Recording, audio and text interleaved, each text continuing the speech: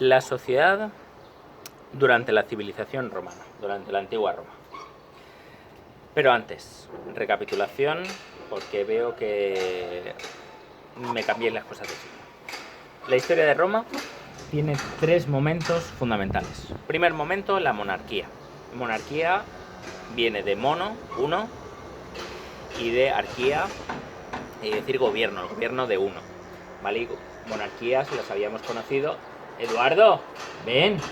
Las habíamos conocido en Mesopotamia, en el Imperio Sumerio, con los acadios, ¿vale? Tenían un rey que gobernaba y que estaba en la cúspide de la pirámide social, como hemos visto. O en Egipto, ¿vale? En Egipto la diferencia con Mesopotamia es que eran reyes que gobernaban un gran imperio, el Alto y el Bajo Egipto, y gobernaban muchas ciudades a la vez. Así como en Mesopotamia cada rey era de una ciudad, en Egipto era un gran imperio y el rey era llamado el faraón, y además era un rey divino, estaba en relación con los dioses. Pues en la primera etapa de Roma, aunque es una etapa que no conocemos mucho, donde hay muchas versiones, donde lo mitológico y lo histórico se entremezclan y no se sabe muy bien qué es mito y qué es realidad.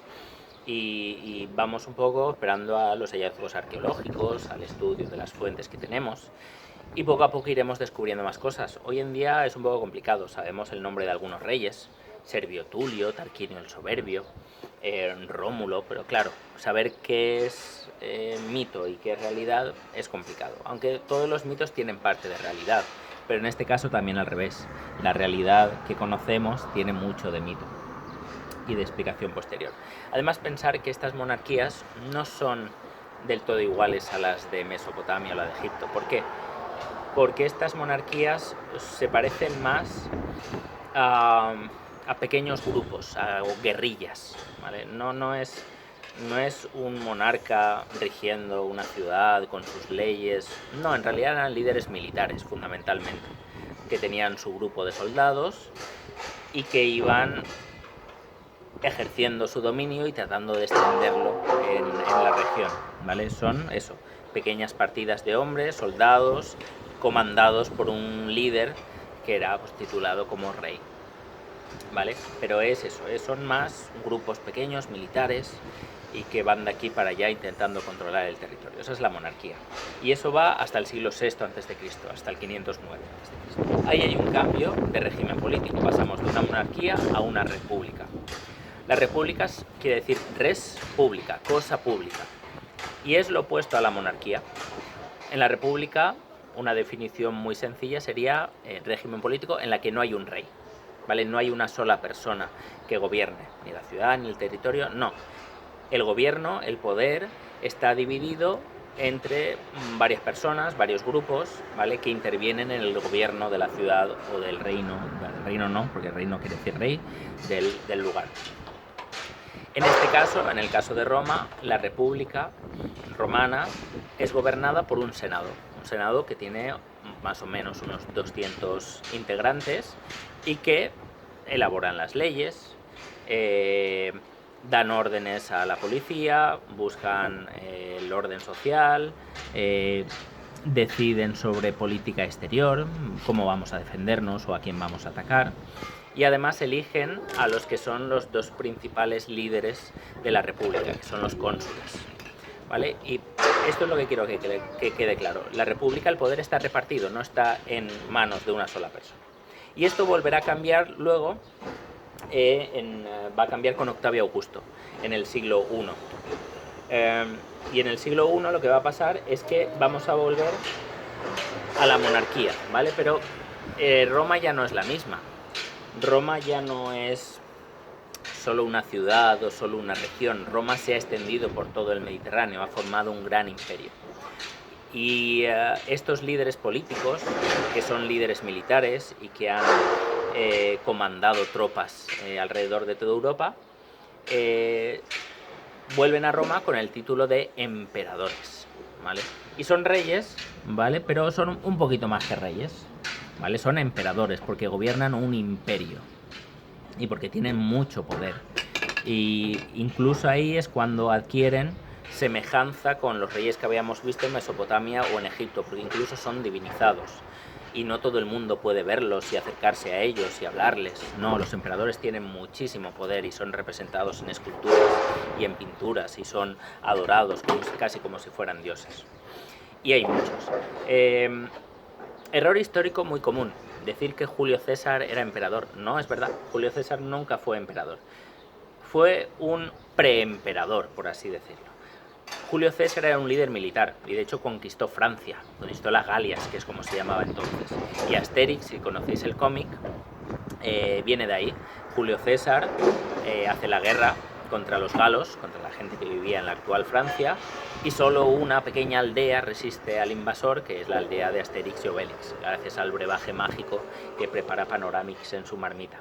Vale, esto evidentemente no es verdad. Sí que es verdad que hubo lugares que se defendieron con uñas y dientes de la dominación romana. En España, por ejemplo, tenemos los casos de Sagunto y Numancia, y todavía hoy se dice una defensa numantina, es una defensa muy fuerte y viene de la ciudad de Numancia, que es la actual Soria, que resistió al parecer durante mucho tiempo la conquista por parte del Imperio Romano.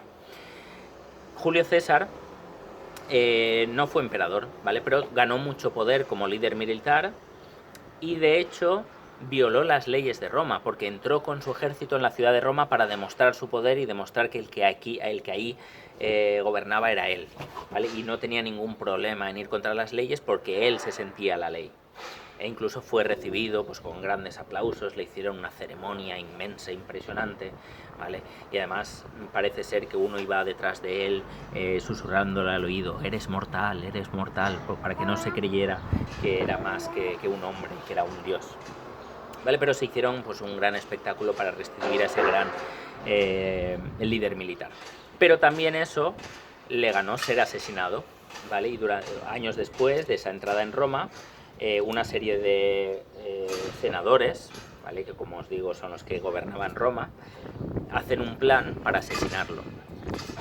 Y durante una reunión en la que entra Julio César en uno de los templos en los que iba a realizarse la reunión, una serie de senadores se esconde o está preparado, y cuando llega Julio César se lanzan sobre él y le empiezan a dar puñaladas por todas partes, e incluso Bruto, que era uno de los mejores amigos de Julio César, parece ser que le da el golpe mortal que acaba con su vida.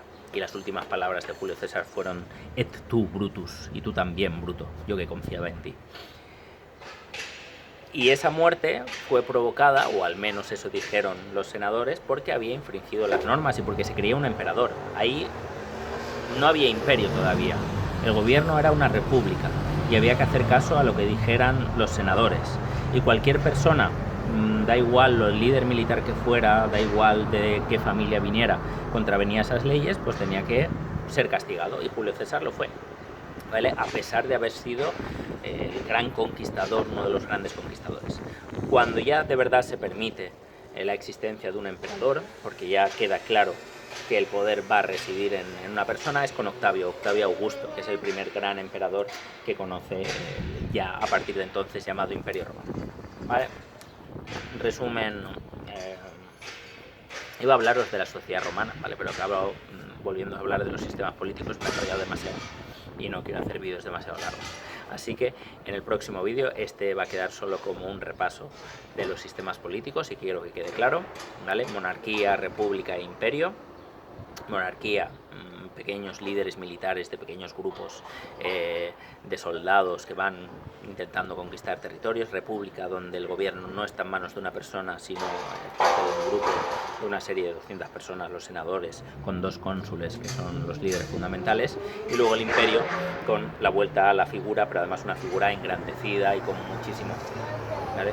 Monarquía, república e imperio, ¿vale? Que quede claro, por favor. Venga, nos vemos, hasta pronto.